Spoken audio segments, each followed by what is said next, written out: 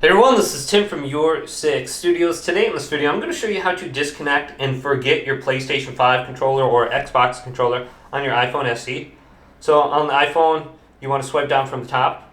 On the SE, you want to swipe from the bottom. Then let's click here. Then go to Bluetooth, hold down here. Then go to Bluetooth settings.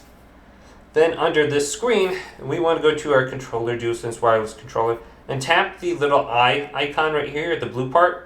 Not here. It's not going to do anything. You want to tap here on the eye.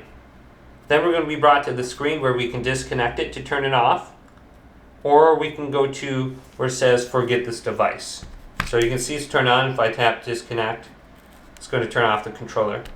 But let's go back to it now and then go to forget this device and unpair it and unsync it from my iPhone now. And then I should be good to go. So hopefully this video did indeed help you out. If it did, leave it a big thumbs up and subscribe to my channel down below for more tech out videos coming up next on Your 6 Studios.